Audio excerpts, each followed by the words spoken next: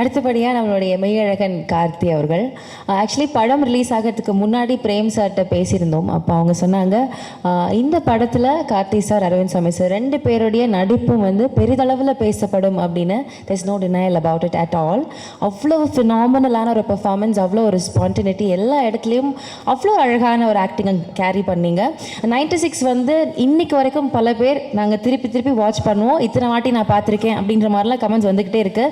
there's no doubt Meiyazhagan அதே மாதிரி ஒரு ரீவாட்சபிள் ஃபில்மாக இருக்க போகுது. Thank you so much for choosing this. வாங்க சார்.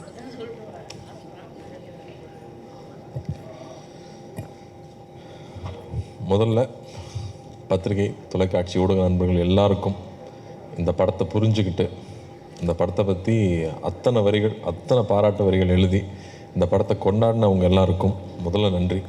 அதே சமயத்தில் உலகத்தில் எங்கேருந்தோ சின்ன ஒரு மூலைகள் இருந்து இந்த படத்தை பற்றி, இந்த படத்தை ரசித்து இந்த படம் என்ன தாக்கத்தை அவங்க மேலே ஏற்படுத்தியிருக்குன்னு தொடர்ந்து ஒரு மீம்ஸாகவும் பதிவுகளாகவும் ரீல்ஸாகவும் போட்டுகிட்டே இருக்கிற தமிழ் சினிமாவின் ரசிகர்கள் உங்கள் எல்லாருக்கும் இந்த தருணத்தில் நான் நன்றி சொல்லிக்கிறேன். தனித்தனியாக நன்றி சொல்ல முடியல, நான் அவ்வளோ பேர் இந்த படத்தை பாராட்டியிருக்கீங்க, புரிஞ்சுக்கிட்டு இருந்திருக்கீங்கிறதுக்கு ரொம்ப நன்றி.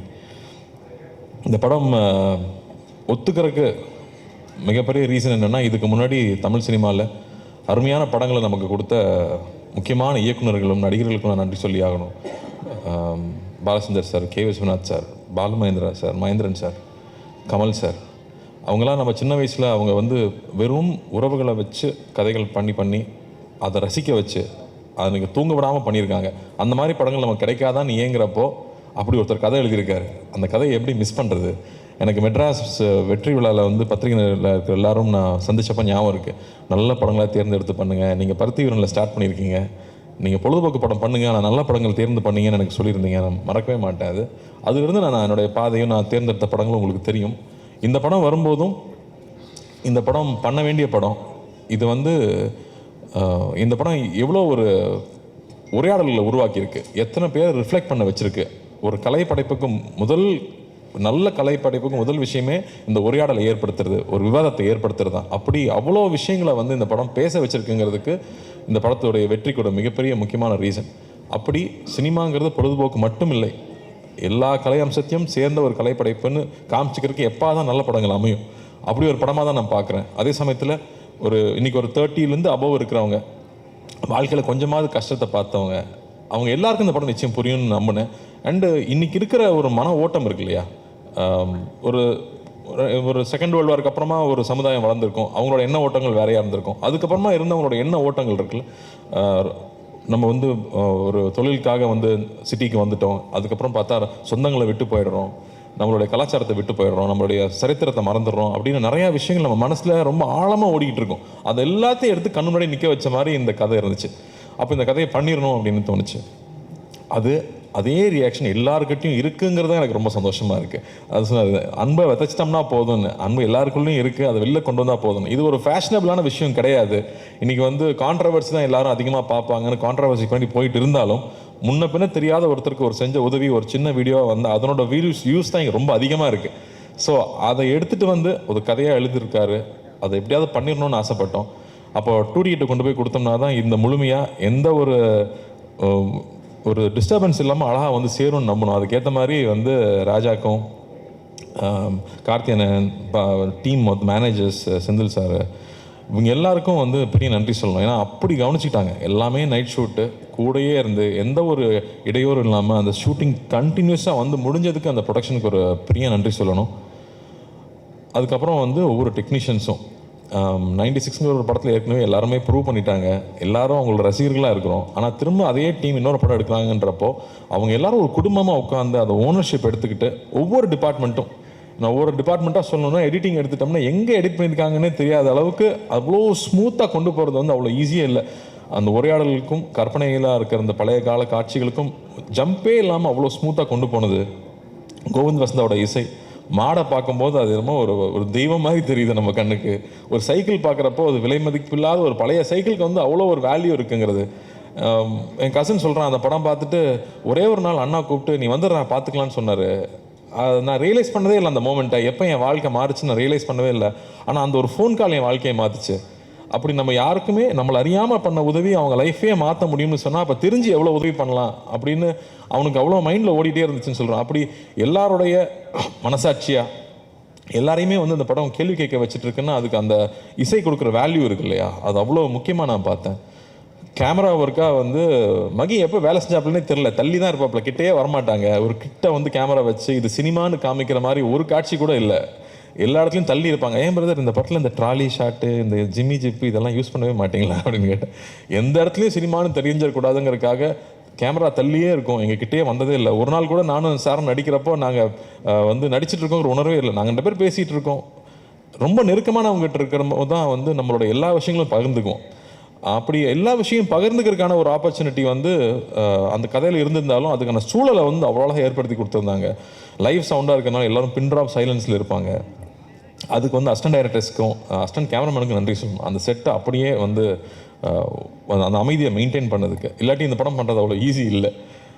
இல்லாட்டி அந்த மாதிரி ஜோன் அவுட்டாக உள்ளே போய் நம்மளுடைய சரித்திரமும் நம்ம சமூகத்தில் நகர்ந்த நிகழ்ச்சிகளும், ஏன்னா நமக்கு வராத வரைக்கும் அது பிரச்சனை இல்லைன்னு தான் நம்ம வாழ்ந்துட்டு இருக்கோம். ஆனால் வந்து உன்னை சுற்றி இருக்கிற விஷயம் என்றைக்காவது நாள் உன்னை பாதிக்கும் அப்படிங்கிறது வந்து நமக்கு பின்னாடி தான் இருக்கும். ஆனால் ஒருத்தன் அதை எடுத்து நம்ம கண்ணு முன்னாடி பேசுகிறான் இல்லையா, அப்போ தான் அதனோட சீரியஸ்னஸ் நமக்கு புரியுது. அந்த மாதிரி விஷயங்களை பகிர்ந்துக்கிறது வந்து எனக்கே ஒரு படிப்படியாக இருந்துச்சுன்னு சொல்லலாம். அண்ணா அடிக்கடி சொல்லுவாங்க, லார்ஜ் ஹார்ட்டடாக இரு, உன்னால் எவ்வளோ பெருந்தன்மையாக இருக்க முடியுமோ இரு அப்படின்னு அடிக்கடி சொல்லிகிட்டே இருப்பாங்க. அப்படி பெருந்தன்மையாக இருந்தால் தான் சில முடிவுகள் எடுக்க முடியும், சில தருணங்களில் முக்கியமான முடிவுகள் எடுக்க முடியும். அப்போ தான் எல்லார் மேலேயும் அன்பாக இருக்க முடியும், நம்ம மேலே கோவப்பட்டவங்க மேலேயும் நம்மளால் அன்பாக இருக்க முடியும். அந்த மாதிரியான சூழல் இந்த படம் திருப்பி எனக்கு ஏற்படுத்தி கொடுச்சுன்னு சொல்லலாம். ராஜா சொன்ன மாதிரி நம்ம ஊரில் சொந்தக்காரங்க இருப்பாங்க, சம்மரானா ஊருக்கு நான் போயிடுவேன், அவங்க தகுதிக்கு மீறி நம்மளை கவனிப்பாங்க. அது நம்ம மெட்ராஸ்லேருந்து வர பசங்க, அதனால் இவங்க நல்ல பிஸ்கட் தான் சாப்பிடுவாங்க, ஒரு நல்ல வாழைப்பழம் வாங்கி வைக்கணும்னு அவங்க தகுதிக்கு மீறி கவனிச்சுப்பாங்க. ஆனால் சாப்பிடாம கூட வருவோம், கையில் தொட்டு கூட பார்க்க மாட்டோம். ஆனால் நான் அவங்க சாப்பிட்றமான்னு பார்த்துட்டே இருப்பாங்க. எனக்கு அதெல்லாம் அப்போ நான் நினச்சி பார்க்கவே இல்லை, இப்போ நான் நினச்சி பார்க்குறேன். நம்ம மேலே எந்த எதிர்பார்ப்பும் இல்லாமல் நம்ம மேலே அன்பு காட்டினவங்கள நம்ம வந்து அங்கீகரிக்கிறோமா, அதை திருப்பி கொடுக்குறோமா அப்படின்னு திரும்ப யோசிச்சு பார்க்குறேன்.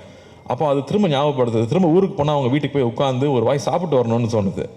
ஸோ அந்த மாதிரி உணர்வுகள் எல்லாம் வந்து நம்ம இழந்துட்டோமா இல்லை மறந்துட்டோமா, இந்த படம் திரும்பி அதை ஏற்படுத்துது. அப்படி வந்து ஒவ்வொருத்தருக்குள்ளேயும் இருக்க நிறையா நினைவுகளை வெளியில் கொண்டு வருது. அவங்க எழுதி தள்ளுறாங்க, பேஜாக எழுதி தள்ளுறாங்க. ஸோ அது ரொம்ப சந்தோஷமாக இருக்குது, இந்த படத்தை புரிஞ்சுக்கிட்டாங்க அப்படின்னு. சரி, நம்ம மாநிலத்தில் மட்டும்தான் ஓடுதான்னு பார்த்தா ஆந்திராலையும் நல்ல அதே ரெஸ்பான்ஸ் இருக்குது, கேரளாவில் போனாலும் அதே மாதிரி இருக்குது. வெளிநாட்டில் இருக்கிறவங்க இன்னும் பயங்கரமாக கொண்டாடுறாங்க, ஏன்னா அவங்க ரொம்ப தூரத்தில் இருக்காங்கன்றப்போ அவங்களுக்கு அந்த வேல்யூ ஜாஸ்தி தெரியுது. ஸோ இதுக்காக இந்த படம் எடுத்தோம், என்ன சொல்ல முயற்சி பண்ணுமோ அது போய் சேர்ந்துருக்கு. எல்லாரும் ராஜா சொன்ன மாதிரி இந்த படம் கொடுத்ததுக்கு நன்றின்னு சொல்கிறாங்க. அதை விட வேறு என்ன சந்தோஷம் வேணும்? அந்த சந்தோஷத்தை ஏற்படுத்தி கொடுத்தது நீங்கள், அது கொடுத்த அங்கீகாரம் தான். நீங்கள் அந்த படத்தை பாராட்டினதும் அந்த படம் நல்லா இருக்குன்னு சொன்னது தான் அதை முழுமை அடைக்குது. ஸோ பத்திரிகை நண்பர்களுக்கும், நிறைய பேர் நண்பர்களும் சொல்லக்கூடாது, பெரியவங்க, நான் சின்ன வயசுல அங்கிள்னு கூப்பிட்டவங்களாம் இங்கே இருக்காங்க, அவங்களுக்கும் எல்லா ரசிகர்களுக்கும் இந்த படத்தை புரிஞ்சுக்கிட்டு பாராட்டினவங்க எல்லாருக்கும் ரொம்ப நன்றி. அதே மாதிரி வந்து எங்கள் அத்தானை மிஸ் பண்ண முடியாது, அத்தானை கடைசியாக வர்றேன். பட் பிரேம் அவரோட எழுத்து வந்து ஒரு ஹிஸ்டாரிக்கல் ஒன்று வச்சுருக்காரு, இப்போ நான் அப்டேட்டாக கொடுத்துட்றேன். ஒரு ஹிஸ்டாரிக்கல் ஒன்று வச்சுருக்காரு, அதை நடைய படித்து முடிச்சதுக்கப்புறமா யாரையா நீன்னு கேட்குற அளவுக்கு மரியாதைலாம் போயிடும்ல. ரொம்ப பிடிச்சி போச்சுன்னா, டே யாரா நீ எப்படா அப்படி எழுதுற, எனக்கு அவருக்கு ஒரே வயசு தான், நெக்ஸ்ட் டைம் டைட் அடிச்சிட்டாங்க. அந்த அளவுக்கு வந்து நம்ம அப்படி ஒரு நடை அவரோட எழுத்தில் இருக்கிறது வந்து பிரமாதமாக இருந்துச்சு. அது எப்போ நீங்கள் எழுதி முடிப்பீங்கன்னு நானும் வெயிட் பண்ணிட்டு இருக்கேன். நமக்கு ரொம்ப கேப் விடாமல் எழுதி முடிங்க. அதே மாதிரி சவுண்ட் டிபார்ட்மெண்ட்டு, அந்த கோயிலேருந்து அந்த பையன் கிளம்பி வரும்போது அந்த யானை மேலே டச் பண்ணுது, அங்கேயே வந்து எல்லோரும் எமோஷனல் ஆகிட்டாங்க. அப்படி வந்து ஒரு ஒரு சரியான ஒரு காட்சியும் சரியான ஒரு இசை மட்டுமே ஒருத்தரை வந்து அள வைக்க முடியுமா அப்படிங்கிறது வந்து மறுபடியும் எனக்கு ஒரு லெசனாகவே இருந்துச்சு இந்த படத்தில். அது என்னால் ஃபஸ்ட்டு உணர முடியல, தியேட்டரில் பார்க்குறப்போ தான் நான் அதை உணர்றேன். ஸோ அப்படி வந்து நுணுக்கி ஒவ்வொரு டெக்னீஷியன்ஸும் இந்த படத்தில் வேலை செஞ்சதோட அருமை நமக்கு தெரியுது. வெகு சில பாடல்கள் தான் வந்து நமக்குள்ளே போய் நம்மளை வந்து பாட வைக்கும், நமக்குள்ளே போய் நம்மளை செய்ய வைக்கும். அந்த மாதிரி இந்த படத்தில் இருக்கிற பாடல்கள் நான் கேட்டே இருப்பேன். ஏங்க இந்த படத்தில் வந்து 96 மாதிரி ஹிட் சாங்லாம் இல்லையா? ஆமாம் பிரதர், இந்த படத்தில் லவ் சாங்கெல்லாம் போட முடியாது அப்படின்னு சொல்லிட்டாரு முதல்ல. ஆனால் இதில் இருக்கிற சுச்சுவேஷனுக்கு சாங்ஸ் இருக்கிறது இருக்கு இல்லையா, அது அவ்வளோ அழகு. வந்து இந்த போகிறேன் நான் போகிறேங்கிற சாங்கும், யாரவன்கிற அந்த சாங்கும், கமல் சாரோட வாய்ஸ் வரும்போது, கமல் சாருக்கு எத்தனை நன்றி சொன்னாலும் பத்தாது. அவருக்கு வந்து இந்த படத்தில் அண்ணாக்காக தான் நிச்சயம் பாடி கொடுத்துருக்காரு. ஆனால் அண்ணாக்காக வந்து அவர் முடிக்கும் போதும் பாடும்போதும் நாங்கள் இருந்த அந்த உணர்வு இருக்கு இல்லையா, அவ்வளோ பேருக்கு வந்து அது எல்லாரும் சொல்கிறாங்களே, அந்த யாரோ வந்து என்னை ரொம்ப நெருங்கினவனை கட்டி பிடிச்சிக்கிட்ட மாதிரி இருக்குது இந்த படம் பார்த்ததுக்கப்புறமா. அதில் இழகி தான் நான் சிரிக்கிறேன் அழுகிறேன்னு சொன்னாங்க. அது கமல் சாரோட வாய்ஸ் ஒரு மிகப்பெரிய ஒரு காரணம், அவருக்கும் நன்றி சொல்லணும். அதுமாதிரி எழுத்தாளர்கள் வந்து அந்த வரிகள் இருக்கு இல்லையா, மழை நீரில் கரைந்தே போவதில்லை மலை என்றும் மலைதானே அப்படின்னு வந்து கமல் சார் பாடும்போது, ஐயோ இதெல்லாம் சின்ன வயசுல தான் இந்த மாதிரி நம்ம உணர்ந்துருக்கோம்ல அப்படின்னு அந்த மாதிரியான உணர்ச்சிகள். அது நம்ம வந்து நிறையா நாள் சினிமாலே இருந்திருக்கோம், அது சினிமாவை வந்து ஜட்ஜ் பண்ணிக்கிட்டே இருக்கோம், அதில் கரெக்ஷன் சொல்லிக்கிட்டே இருக்கோம். அப்படி இல்லாமல் அப்படியே நம்ம படத்தை நம்ம ரசிக்க முடியுது. நான் ரொம்ப செல்ஃப் கிரிட்டிக்கல் நான், பட் அதை தாண்டி நம்மளால் ரசிக்க முடியுது அப்படிங்கிறது ரொம்ப இதமாக இருந்துச்சு இந்த படம் ஒர்க் பண்ணும்போதும் படம் பார்க்கும்போதும். எங்கள் அத்தான் மேட்டருக்கு வந்தால் வந்து என்ன சார் சொல்லட்டுமா வேணாமா சார், நீ ரொம்ப பேசுவ அப்படின்னாரு முதல்ல. வேறு வழியில் சார் அந்த படத்துக்கெல்லாம் பேசி தான் ஆகணும். ஏன்னா வந்து அந்த ஃபோன் கான்வர்சேஷன் பற்றி தான் நான் முக்கியமாக சொல்லணும்னு நினச்சேன். ஏன்னா அப்போ தான் நான் ஷூட்டிங் இல்லை, மற்ற நாள்லாம் கூடயே தான் இருந்திருக்கேன். அப்போ தான் நான் தொல்லை பண்ணுறதுக்கு பக்கத்தில் இல்லாததுனால அந்த காட்சிகள் நான் ஸ்க்ரீனில் பார்க்கும்போது அப்படி இருந்துச்சு. இங்கே எல்லோரும் சொல்லிட்டு இருந்தாங்க ஒரு ட்ரூ கலர் போட்டால் நம்பரை கண்டுபிடிச்சிடலாமே. நம்பர் கண்டுபிடிக்கிறது இந்த கதை கிடையாது, அது கிடையாது. என் மேலே இவ்வளோ அன்பாக இருக்கான், எனக்கு அவனை தெரியல, அதை நான் மறைச்சிருந்திருக்கேன். அப்போ நான் எவ்வளோ ஒரு தப்பானவன், நான் எவ்வளோ வந்து எனக்கு வந்து நான் ஒரு தப்பு செஞ்சுருக்கேன். அந்த தப்பை நான் அவங்ககிட்ட சொல்லி மன்னிப்பு கேட்கணும்னு நினைக்கிறது தான் இதில் அந்த இருக்கிற அந்த ஒரு பெரிய விஷயமா நான் பார்க்குறேன். டக்குன்னு நம்பர் தெரிஞ்சுட்டேன், எனக்கு தெரியுண்டா அப்படின்னு சொல்கிறது கிடையாது. நான் மன்னிச்சிரு, நான் தப்பு பண்ணிட்டேன், நான் மோசமானவன், எனக்கு உன்னை தெரியல அப்படின்னு சொல்கிறது ஒரு உண்மை இருக்கு இல்லையா, அது அந்த கண்ணில் பார்த்தேன். அந்த ஒவ்வொரு வார்த்தை சொல்லும் போதும் பார்த்தேன். அது வந்து பிரமாதமாக இருந்துச்சு. சார்கிட்ட நான் சொன்னேன், சார் சான்ஸே இல்லை சார், அடாப்பாப்பா அப்படின்ட்டார் ஒரே செகண்டில். ஆனால் அது வந்து அந்த உண்மை இருக்குல்ல, அவ்வளோ நேர்மையாக இருந்தால் தான் அதை சொல்ல முடியும்னு எனக்கு தோணுச்சு. அப்படி அவர் சொன்ன விஷயம் இருக்கு இல்லையா, அது எவ்வளோ பேருக்கு புரிஞ்சுதுன்னு தெரியல. அது வந்து ரொம்ப ஈஸி இல்லை, எனக்கு கண்டுபிடிச்ச நம்பர் யாராவட்ட கேட்டு சொல்கிறது இல்லை, எனக்கு ஒன்று தெரியல, நான் அதுக்கு அசிங்கப்படுறேன் அப்படின்னு சொல்லிட்டு சொல்கிற அந்த நேர்மை வந்து அவர் கண்ணில் அப்படியே இருந்துச்சு. அதுக்கப்புறமா பேச பேச டே தாங்க முடியலடா சொல்லி தோடாங்கிறப்போ அந்த உரிமையும் இருந்துச்சு. அதான் சொல்லிட்டு இருந்தாங்க, போட்டி போட்டு நடிச்சிருக்காங்க 2 பேரும். போட்டியெல்லாம் போடலை, அது வந்து அவ்வளோ சந்தோஷமாக நான் என்ஜாய் பண்ணி 2 பேரும் சேர்ந்து ஒவ்வொரு நாளும் பேசி பேசி ரசித்து ஒர்க் பண்ணோம். ஸோ வந்து இதுக்கு சாருக்கெலாம் தேங்க்லாம் சொல்லிட முடியாது, அடிக்கடி போய் தொலை பண்ணிகிட்டே தான் இருப்போம் நாங்கள் தொடர்ந்து. பட் ரொம்ப அருமையாக இருந்துச்சு சார், நான் அவ்வளோ ரசித்து பார்த்தேன் அந்த காட்சிகளை. அதே மாதிரி இவன் யாருன்னு தெரியாமல் இருக்கும்போது ஒரு விஷயம் இருக்கும், அது புக்கில் கூட அவர் அப்படி எழுதலை, உங்களுக்கு அந்த கிரெடிட் கிடையாது. அருள்மொழியை வந்து நீங்கள் அப்படி எழுதலை, அதை எங்கள் அத்தான் தான் அப்படி ஆக்கியிருக்காரு. அதை வந்து பல மடங்கு மேலே எடுத்துகிட்டு போனது வந்து எங்கள் அத்தான் தான். அவ்வளோ பியூட்டிஃபுல்லாக அதை லேயராக புரிஞ்சுக்கிட்டு இந்த கேரக்டர் எப்படி இருக்கணும். அவர் வந்து ஒரு சர்ஃபேஸ் லெவலில் அவன் வந்து ஒரு மரம் மாதிரி தான் எழுதியிருந்தார். எல்லா உணர்ச்சிகளும் அற்றுப்போன ஒரு மரம் மாதிரி தான் அந்த கதாபாத்திரத்தை எழுதியிருந்தார். அப்படி இல்லாமல் உணர்ச்சி பூர்வமாக வந்து அது ஃபஸ்ட்டு எப்போ ஓப்பன் ஆச்சுன்னு எனக்கு ஞாபகம் இருக்குது.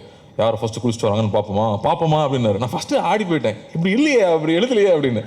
அப்போ தான் வந்து திரும்ப எனக்கு நாங்கள் ஊருக்கு போனால் எப்படி இருப்போமோ அப்போ வந்து எப்படி ஒருத்தன் இழகிறான் அப்படிங்கிறத வந்து அவர் மைண்டில் வச்சுக்கிட்டு ஸ்டேஜ் பை ஸ்டேஜ் அவர் கொஞ்சம் கொஞ்சமாக அதுலேருந்து வெளியே வந்திருப்பார். இல்லை நான் சொல்லி தான் ஆக முடியாது, இவ்வளோ பேர் இருக்காங்களே, நான் சொல்லி தான் ஆகணும், வேறு எப்போ சொல்கிறது. ஸோ பியூட்டிஃபுல்லாக பண்ணியிருந்தீங்க sir, love you sir. And இந்த தருணத்தில் எனக்கு இவ்வளோ நேரம் டைம் கொடுத்து பேச அனுமதிச்சேன் உங்களுக்கும் ரொம்ப ரொம்ப ரொம்ப நன்றி. நிறையா மிஸ் பண்ணுறேன்னா அப்படின்னு யோசிக்கிறேன். சக்தி இன்னொரு பேச்சாளர் எங்களுக்கு ரெடி ஆகிட்டார் இண்டஸ்ட்ரிக்கு. ரொம்ப அழகாக சொன்னீங்க, டைரக்டர் பற்றி அவ்வளோ அழகாக சொன்னீங்க.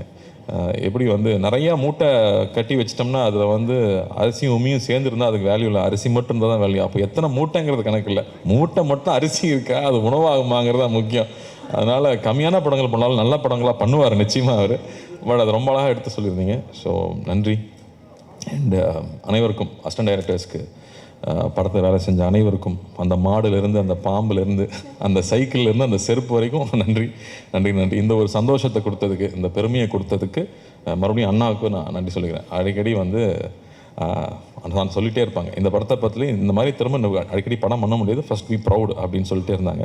அண்ணி முந்தனே தான் படம் பார்த்தாங்க, ஒரு ப்ரொடியூசராக பொறுப்பாக ரிலீஸ்க்கு முன்னாடி படம் பார்க்க வேணாம், படம் பார்த்ததுக்கு அப்புறமா இப்போ தான் அண்ணி கூப்பிட்டு ஐம் ஸோ ப்ரௌட் கார்த்தி, இந்த மாதிரி படம் அடிக்கடி பண்ணு. இங்கே வியாபாரம் ஒரு பக்கம் இருக்குது, ஆனால் இங்கே இன்னொன்று வந்து மக்களுக்கும் நமக்கும் நெருக்கமாக இருக்கிற படங்கள் வந்துகிட்டே இருக்கணும்னு சொன்னாங்க. ஸோ அதெல்லாம் பெரிய கான்ஃபிடன்ஸ் கொடுக்குது.